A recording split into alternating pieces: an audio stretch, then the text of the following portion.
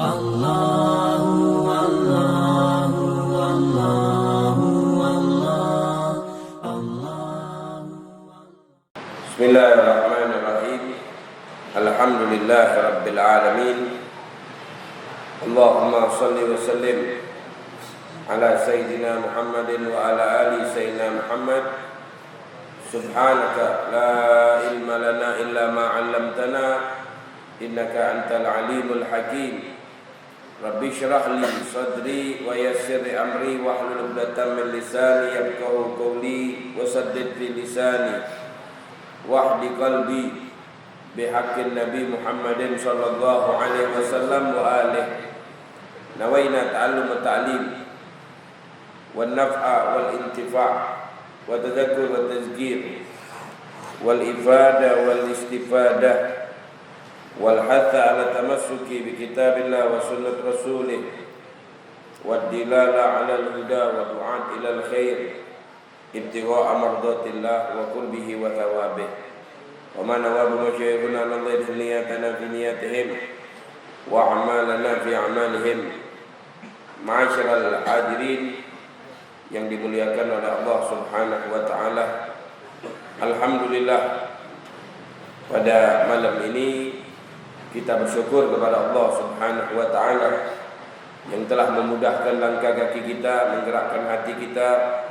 Pada malam ini kita bisa menghidupkan kembali majelis ta'lim yang sudah diasuh oleh almarhum Fadilatul Kiai Ustaz Ahmad Taufik Asnuri. Mudah-mudahan ini balik ke dalam pahala beliau dan mudah-mudahan menjadi amal baik yang ditinggalkan oleh beliau. Melanjutkan pelajaran kita, pembacaan kitab Safinatun Najah yang dikarang oleh Asy-Syaikh Al-Alim Al-Fadil Salim bin Sumair Al-Hadrami. Sampailah di dalam syurutus salat, syaratnya salat. Di antara syaratnya salat qala dukhulul waqti wal ilmu bi fardiyatiha wa an la ya'taqid fardhan min furudiha sunnah wajtinabul mubtilat. Masuk waktu. Jadi ibadah yang ada waktunya harus dilakukan tepat pada waktu. Salat itu wajib di waktu-waktunya. Innas salata kanat 'alal mu'minina kitaban mauquta. Sesungguhnya salat itu diwajibkan oleh Allah Subhanahu wa taala kepada kaum muslimin, dia berwaktu-waktu. Ada waktu salat zuhur, ada yang kemarin sudah kita jelaskan. Apabila matahari zawal tergelincir, jadi kalau kita tengok bayangan kita tuh sudah ada bayangan kita. Jam 12.30 itu kan di pucuk kepala. Itu namanya istiwa. Jadi kalau sudah bayangan kita sudah ada sedikit, itu namanya zawal, tergelincir. Nah itu dulu pakai kayak gitu, pakai bayangan. Sekarang ini tidak usah lagi itu lagi, tidak usah tegak jam 12 tetap depan pergi jalan itu tengok bayangan gitu, lah dulu. Dengar baik suara azan telah. Soge katanya kalau sudah asal, kalau bayangan kita sudah mulai panjang lebih. Kalau sudah bayangan kita 2 kali lipat, nak ngukur pula, tidak usah nunggu azan asar, baik cukup azan asar, asar sudah. Azan yakin gitu atau don atau nyangkut kuat sudah azan dengan suara baru kita sholat. Jangan kita asal-asalan. Lah sholat belum? Sholat belum. Sudah berarti tidak sah kayak gitu. Walaupun tepat waktunya. Kenapa? Karena harus masuk waktu dan tahu dengan waktunya yakinan. Cara yakin atau donan itu kuat. Kecuali kalau kita tidak tahu waktunya di hutan, tidak tahu kita waktu. Kalau di Palembang ini alhamdulillah, depan kita musola, belakang rumah kita masjid, belah kiri langgar, banyak tempat kita nih. Kadang kepegelan belum dengar azan, banyak azan ini. Azan itu musik setan itu. Yang kepanasan setan berarti. Jadi jangan. Wong dulu tuh azan itu kalau ada kebakaran azan Jadi ada kebakaran di seberang sana. Pernah ini kejadiannya ini. Ada si kok budak, rumahnya kebakaran, sering hadir majelis juga. Sering majelis di antara kalau ada kebakaran sunnah azan. Palak rumahnya itu tegak dia, Allahu Akbar azan. Ibu wong sudah deh, tak usah sedih deh. Jangan nangis lu malam utungnya. Tak usah sedih, segak be sama Allah. Dinya aku ni azan, iya tak usah azan, terima be sama Allah katanya ini. Memang kalau azan itu bukan untuk sholat baik. Wong gilo, sogopan, azan kan, cuman jangan apa-apa.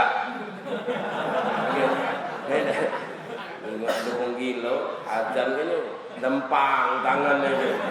Jangan marah-marah gilo, katanya azan kan, wong lagi porik, lagi hunyam. Azan kan juga.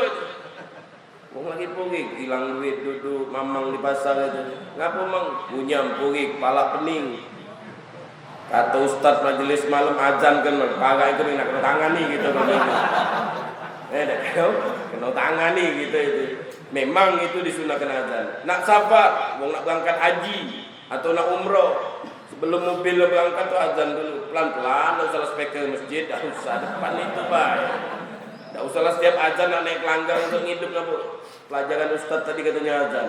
Ya depannya tu lah, tak usahlah pakai speaker gitu. Kalau di masjid tu biar orang lain tak tahu, masuk waktu disebarkan. Kalau kita muadzin ini kan pahalanya besar ini.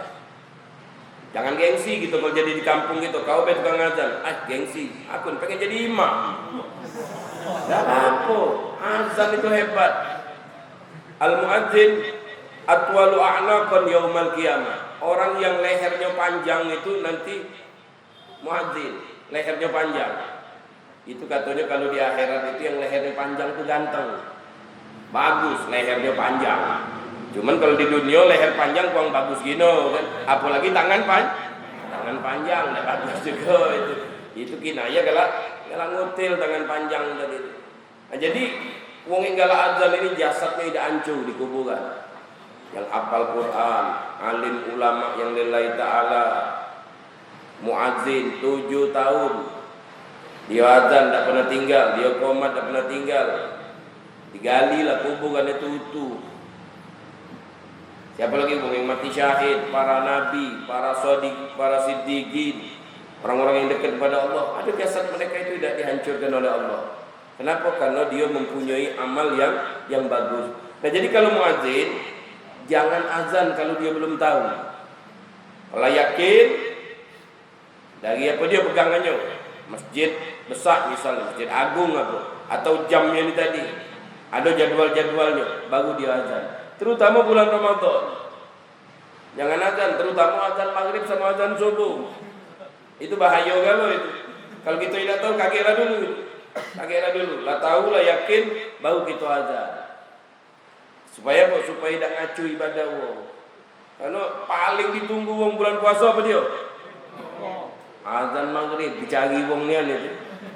Bulan puasa tu azan maghrib dengar-dengar nengok jam. Mati tapi dah jam ini. Tidak sabar itu kita puasa galau. Jangan kayak mati jamnya terlambat 3 menit. Sabar kaki ado tenang baik. Kadang-kadang azan di masjid sama azan di TV kita beda kadang-kadang. Iya dah. Nah itu. Jadi jangan yang mana yang cepet, salah cewek-cewek gitu. Ya jangan gitu masing-masing makan gitu bulan puasa. Kan banyak di rumah kan tahu gitu. Ini azan, langgar belum, azan, TV belum. Mana ini begitu nih? Sudahnya. Yang mana yang cepet lebih bagus. Kaget dulu, jangan basing-basing ya. Nah, jadi jangan sholat kecuali setelah mendengar azan. Kalau azan sudah berkumandang, waktu masuk baru sholat.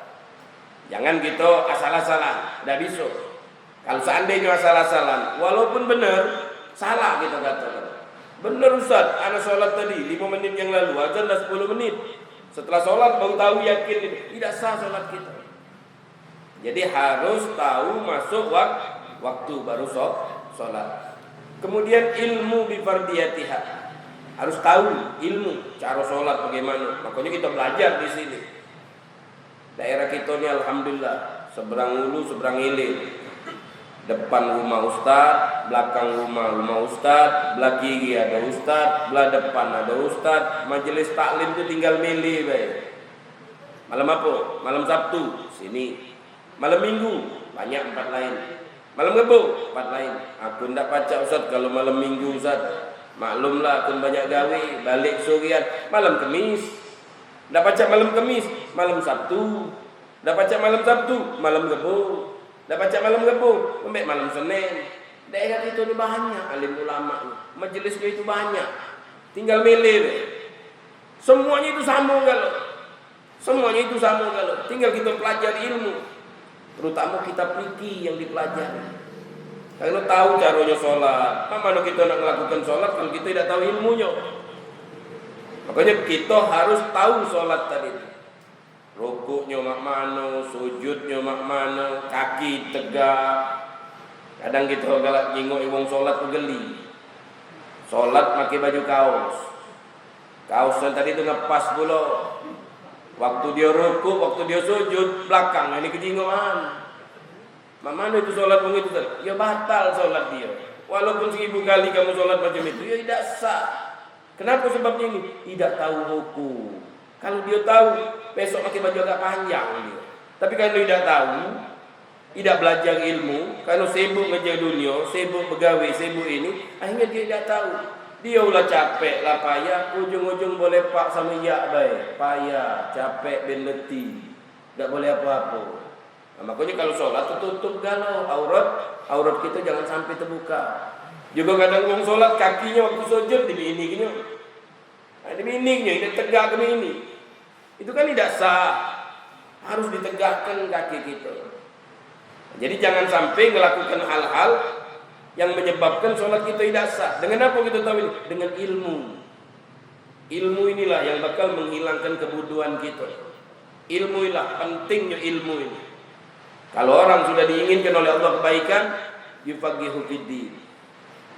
Allah akan memberikan kepada orang itu pemahaman dengan agama. Jadi kalau kita kepengen paham agama, tandanya Allah kepengen baik sama kita.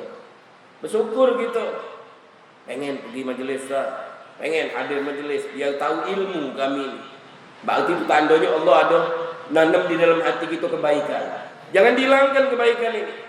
Teruskan kebaikan ini sampai kita ngerti. Sampai kita paham dengan ilmu. Jangan kita stop. Jangan belajar setahun, ganti. 2 tahun, ganti. Jangan, terus belajar. Sampai kapan? Minal mahdi ilal lahdi. Dari kecil sampai mati. Itu belajarnya. Dah habis-habisnya belajarnya. Gala wa an la ya'taqid fardhan min furudihas sunnah. Di antara syaratnya sholat itu jangan meyakini yang wajib itu sunnah. Jadi harus tahu yang mana yang wajib, yang mana yang sunnah. Kecuali kalau orang awam, ya, yang tidak belajar ilmu. Kalau yang sudah belajar, dia digolongkan orang alim, dia harus tahu. Baca takbiratul ihram. Allahu akbar. Hukumnya apa dia? Wajib itu. Allahu akbar. Jangan salah. Allahu akbar. Salah itu. Itu salah. Harus Allahu akbar. Allahu akbar. Salah juga itu. Akbar itu gendang. Kalau terjemahkan Allah gendang, kan salah jauh itu. Allahu Ikbar, salah juga. Ikbar itu nama daripada nama haid. Ikbarun, Tomsun, nama daripada nama haid. Jadi Allahu Akbar. Kemudian baca Al-Fatihah, wajib itu. Allahu Akbar kabira, walhamdulillah katsira, doa iftitah, sunnah, tidak wajib. Kemudian setelah itu rukuk, wajib itu, rukun itu. Baca surah, sunnah. Baca surah. Nak surah inna atau inna. Pokoknya selain Al-Fatihah. Habis Al-Fatihah baca surah. Selain surah Al-Fatihah, silakan. Nah pendek-pendek boleh Ustaz? Boleh, tapi paham ayatnya. Allahu Akbar. Waladdallin, amin. Bismillahirrahmanirrahim. Yasin. Ujung belakang, nah lantaknya Yasin lantaknya. Ini. Habis itu beliau Allah nakut dibaca saya dibaca. Jadilah. Yang penting Pak. Allahu Akbar waladhdallin amin. Alif lam mim. Nah, alif lam mim. Allahu Akbar. Nakut dibaca. Jadi yang penting satu ayat dipahami. Kalau tidak dipahami tidak sah. Turja'un tidak cukup. Sedikit nih turja'un apa dia balik-balik itu. Tidak cukup. Minimal satu ayat pahami. Nah, itu minimal itu. Satu ayat tapi artinya dipahami. Kalau artinya tidak dipahami tidak dapat sunnahnya. Kemudian rukuk. Itu rukun itu rukuk itu.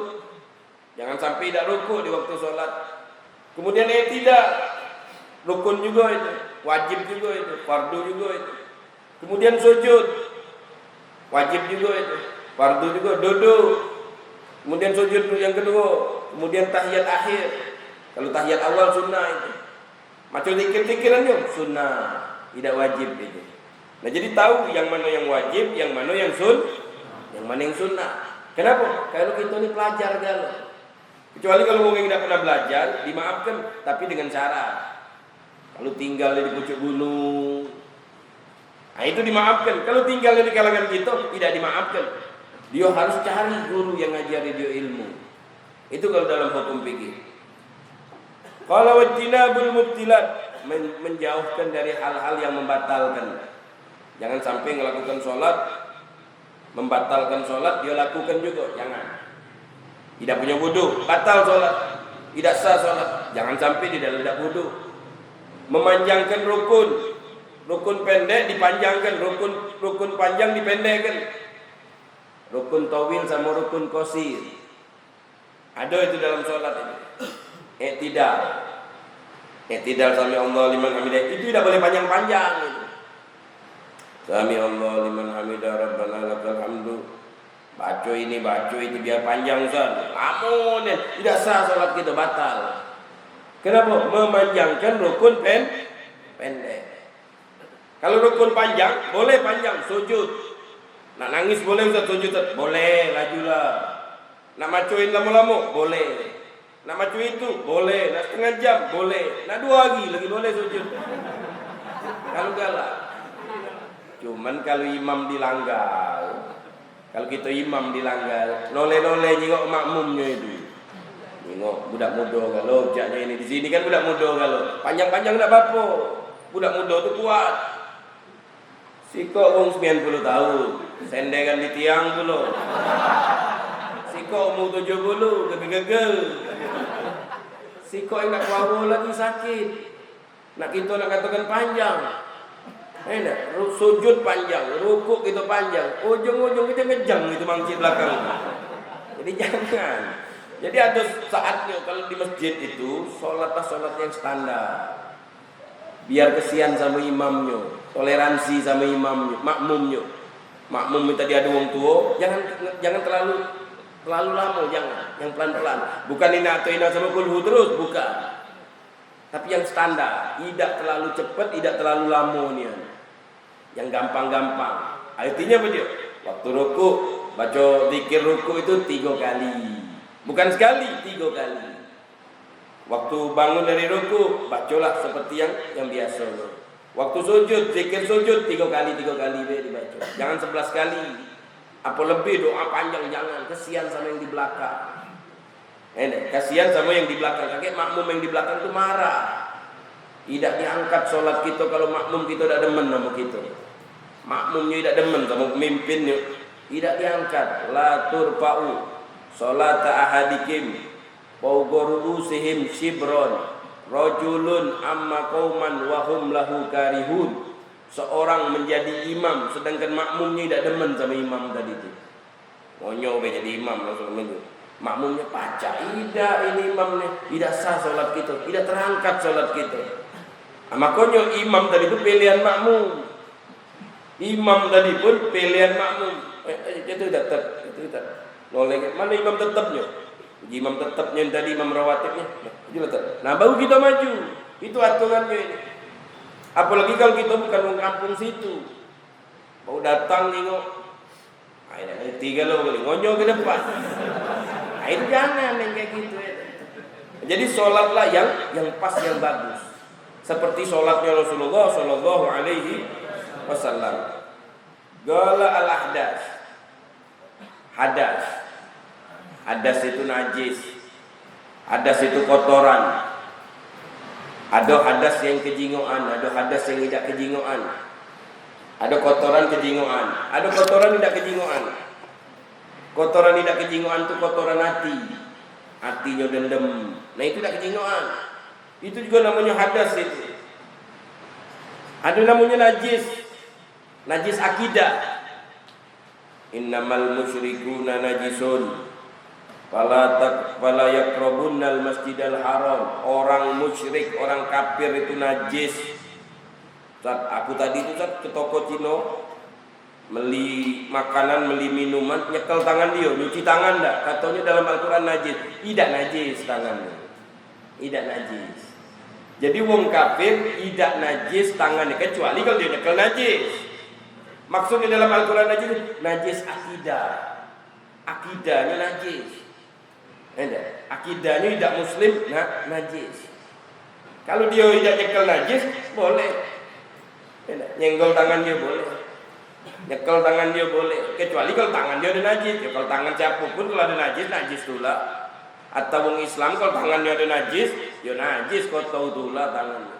Jadi yang dimaksud najis di situ najis akidah. Bukan najis bukan najis badannya, bukan. Al-ahdas, hadas.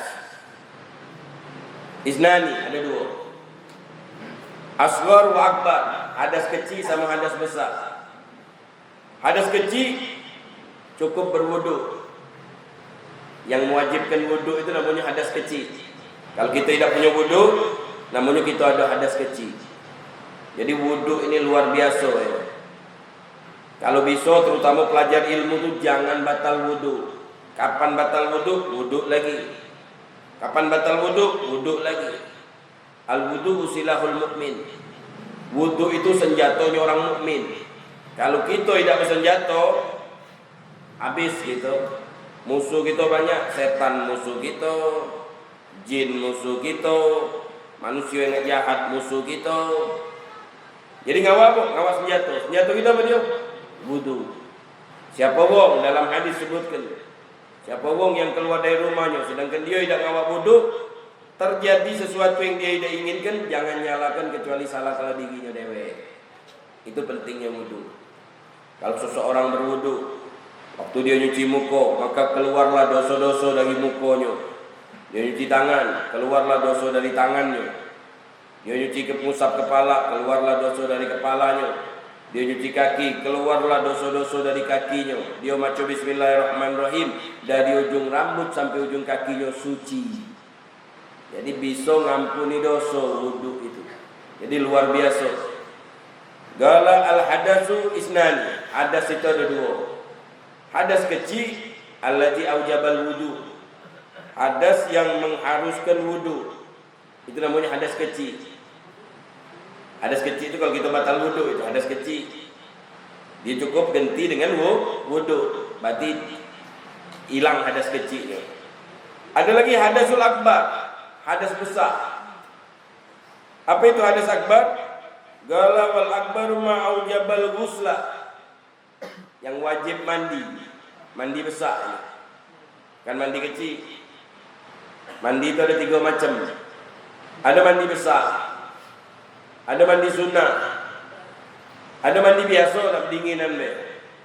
Pagi-pagi gitu. Nak ke pasar, nak ke toko, nak ke masjid, nak ke mana. Mandi dulu kan. Mandi gitu. Itu tidak niat-niat itu. Itu namanya mandi biasa itu. Mandi berdinginan baik. Mandi biar segar baik.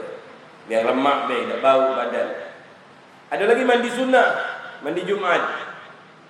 Hari Jumat jangan tinggalkan. Paling afdolnya mandi sunnah itu mandi yaumil Jum'ah. Paling afdolnya mandi hari Jumat, mandi hari raya. Itu kan sunnah. Mandi sholat gerhana. Sunnah itu. Wong kafir masuk Islam, sunnah mandi. Nah, jadi namanya mandi sunnah. Ada lagi yang namanya mandi besar. Kalau bercampur dua laki bini. Kalau habis bercampur mandi itu. Namanya mandi besar itu. Jadi yang menyebabkan mandi besar itu kalau kita janabah, junub, ngigau tengah malam. Tahu yang junub? Mimpi basah begitunya itu. Nah, itu junub itu namanya. Atau nyampur dengan rumah. Itu juga wajib mandi. Itu namanya mandi besar. Wahyal janabah. Mandi besar itu apa dia? Janabah. Apa janabah tadi itu? Khurujul mani. Artinya janabah itu khurujul mani, keluar sperma. Dengan sebab apa? Dengan sebab apapun. Baik dengan sebab halal atau haram.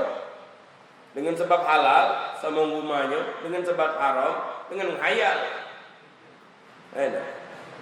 Nah, itu mandi galau itu. Yang kedua al-haid. Habis datang bulan untuk ibu-ibu ini. Yang sudah datang bulan, kelar, selesai, masuk ke kapas dulu. Keluar kapas tadi itu putih, sama dengan warna kapas banyunya tu. Kalau ada warnanya becak kuning-kuning dikit, belum suci. Kalau masuk lagi kapas dulu, becak baju ludah tu sama. Nah, ini becak baju ludah, lah bersih baju. Baru dia mandi. Mandinya niat mandi besar. Apa lagi? Habis lipas. Lipas itu darah yang keluar setelah melahirkan. Setelah anak keluar, baru keluar darah. Nah, itu namanya darah nifas itu. Biasanya keluar 40 hari. Paling banyaknya 60 hari, 2 bulan. Kalau paling sedikitnya sesaat. Majah, lahdoh, sesaat. Itu darah nifas keluar. Jadi kalau seandainya habis melahirkan, darah setelah keluarnya bayi namanya darah nifas. Bersih darah nifas tadi itu, maka dia harus mandi juga. Mandi hadas besar. Apalagi al-wiladah, melahirkan. Seandainya mau melahirkan tidak keluar darah sama sekali. Ada tidak mau melahirkan tidak keluar darah, sersal itu. Mek dari sini, betulkan bayinya. Tidak keluar darah seandainya. Jahit lagi, tidak keluar darah. Atau keluar darah sedikit. Mandi dia bisa itu.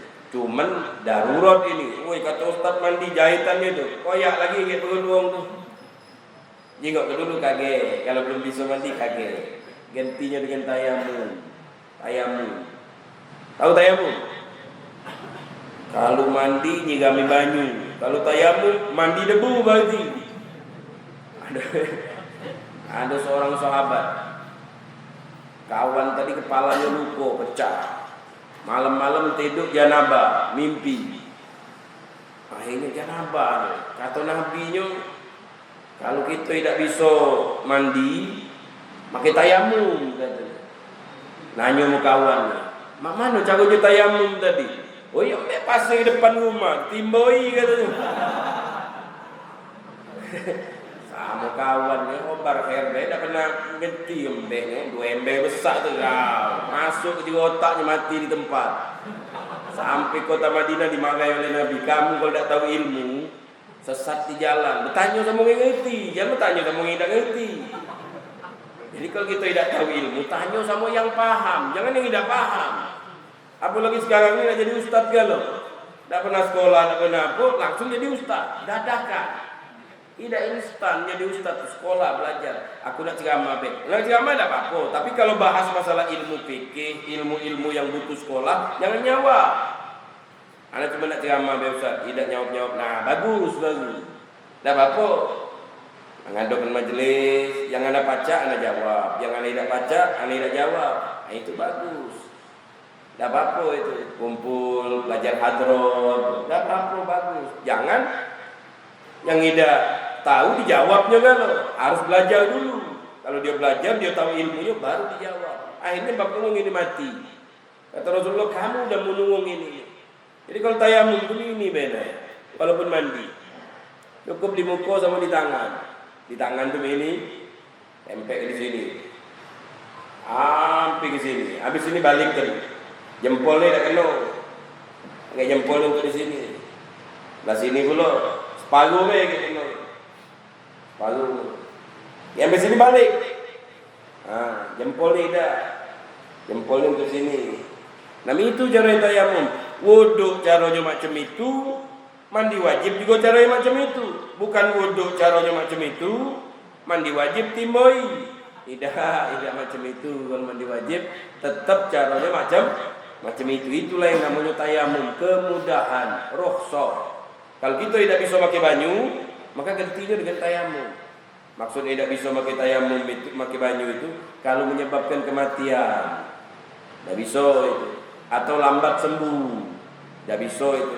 Atau menyebabkan warna putih. Misalnya di tangannya kena luka, karena kena banyu jadi putih sini kan. Nah itu boleh ganti dengan tayamum. Cuman habis itu dikodoi sholat juga pagi itu. Dah sholat seminggu dikodoi sholatnya.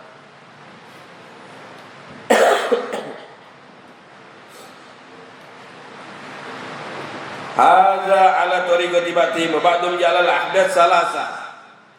Ini sebagian ulama mengatakan hadas itu ada berapa? 2. Hadas besar sama hadas kecil.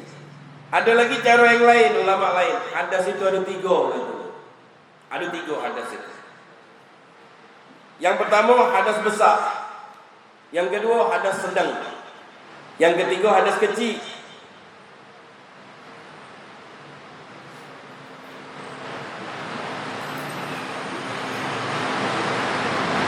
Jadi ada 3 tadi.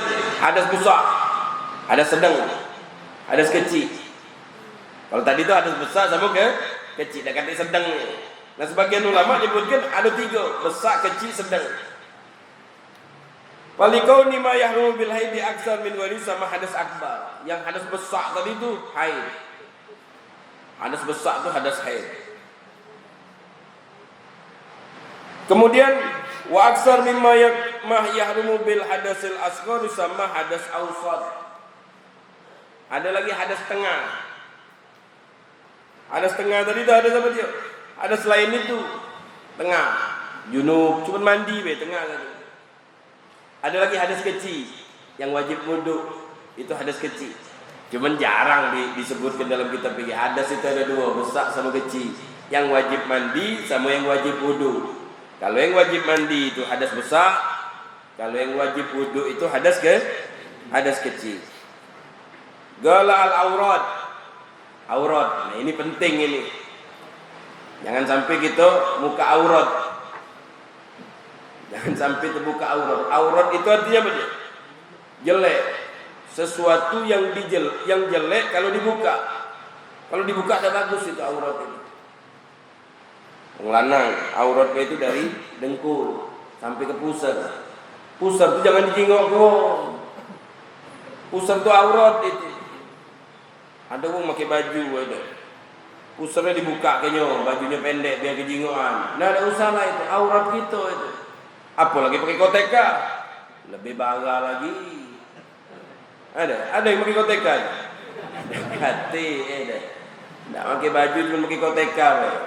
Nah, itu terbuka nih auratnya itu. Jadi harus ditutup aurat kita. Terutama kita di waktu sholat, jangan sampai aurat kita terbuka. Al-auratu arba'ah, auratul rajul, aurat laki-laki. Kalau di waktu sholat itu minimal tertutupnya itu dari dengkul ke pusar tertutup. Itu minimal. Itu minimal, jangan sampai terbuka itu. Wajib ditutup. Ya madai kita sholat pakai baju. Minimal kita sholat pakai gamis. Itu yang abdul pakai gamis sholat. Ini gamis nih. Ini pakai ini yang paling abdul. Kenapa? Karena Rasulullah pakai gamis.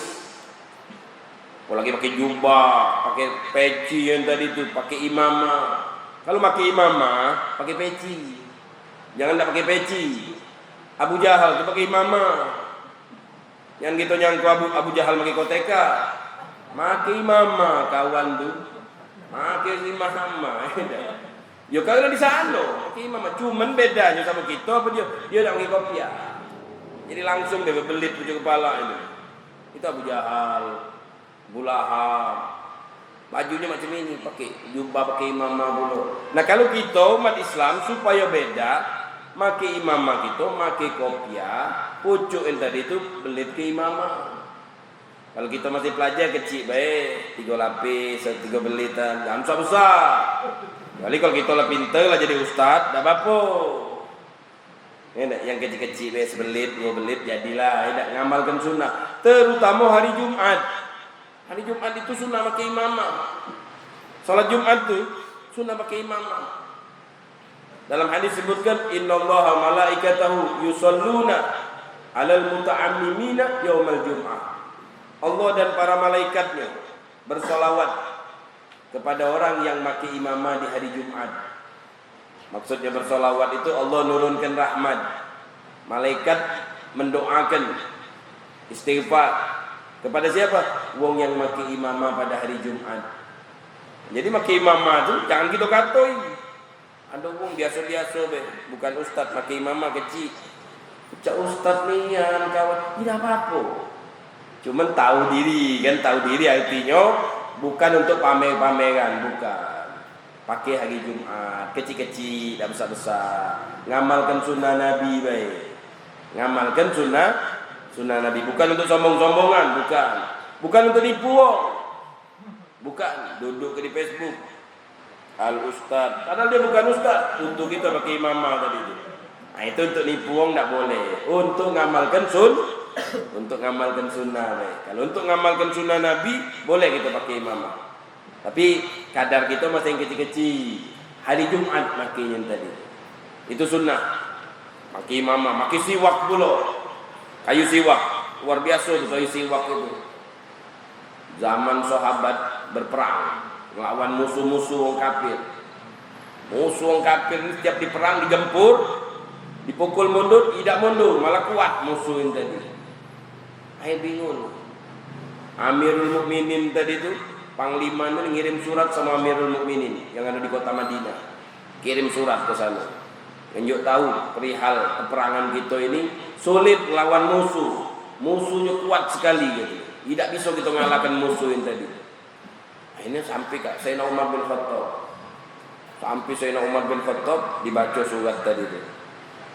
Apa dia kendalanya ini? Apa nak tambah pasukannya? Mamano kamu tu sama sunnah Nabi tu ngamal ke tidak? Coba jika kalau kamu tu sunnah Nabi apa dia yang kamu lalaikan? Setiap satu sunnah Nabi yang kita lalaikan, musuh jadi kuat, kita jadi lemah. Kita ni berapa sunnah Nabi yang kita lewatkan? Dah terhitung lagi. Dah terhitung saking banyak. Sikok baik sunnah Nabi kita tinggalkan, habis kita dimakan musuh gitu. Akhirnya ditanya oleh Amir Mukminin Sayyidina Umar, kamu kalau sholat bersiwak dah? Wih dah bersiwak kata dia. Nah mulai besok kamu. Kalau kamu sholat bersiwak, kalau kamu nak berjihad ngadep musuh sebelum perang tu pakai kayu siwak lagi. Itu jadi kuat kamu, takut kaget musuh kamu. Sudah nurut pesan Amirul Mukminin. Begitu dia udah sholat, yasufuna fi sholatihim kasufufihim fil qital. Qulubum masahibuhum. Umatnya Nabi Muhammad tu sop-sop waktu nak berperang sama dengan sop sholat.